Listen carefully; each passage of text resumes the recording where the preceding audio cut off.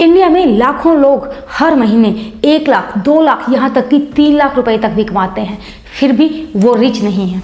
और इसका रीज़न कोई टैक्स, इन्फ्लेशन, गवर्नमेंट या करप्शन बिल्कुल नहीं है।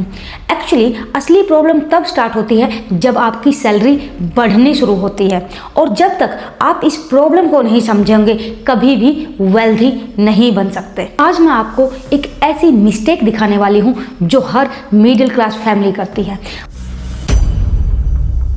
क्या आप किसी ऐसे इंसान को जानते हो जो अच्छा खासा कमाता है और फिर भी पैसों के लिए हमेशा रोता रहता है? अगर इनकम बढ़ गई है, सैलरी अच्छी खासी है, तब भी उसकी पैसे का इशू क्यों रिजॉल्व नहीं हो पाता?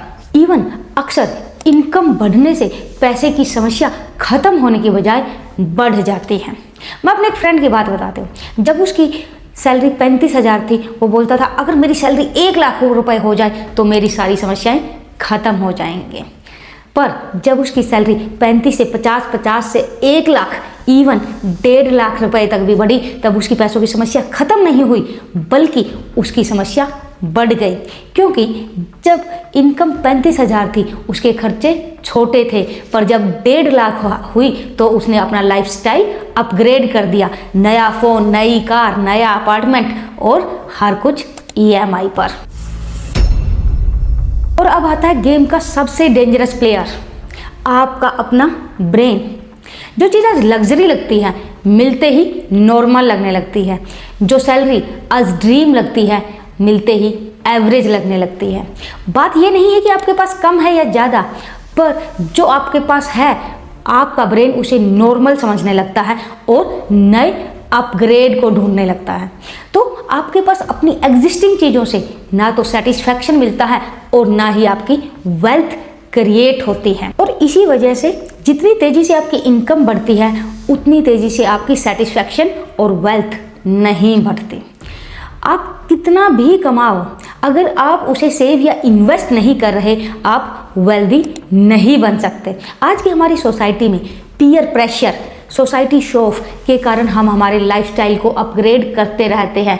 बेटर फ़ोन, बेटर कार, बड़ा घर, सब लाइबिलिटीज़ पे स्पेंड करते रहते हैं। पर वेल्थ एसेट से बनती है। तभी अगर आप देखेंगे वेल्दी लोग कभी इनकम को चेंज नहीं करते, वो एसेट्स को चेंज करते हैं, इन्वेस्टमेंट्स को चेंज करते हैं।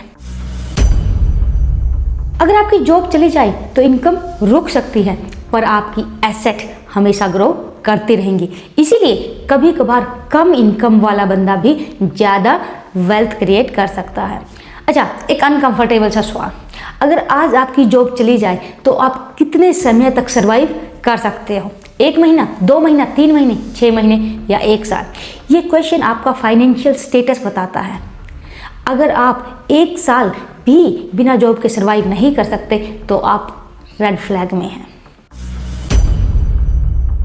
सब लोग रिच बनना चाहते हैं, पर अननोइंगली ज़्यादातर लोग रिच दिखने की रेस में लगे रहते हैं।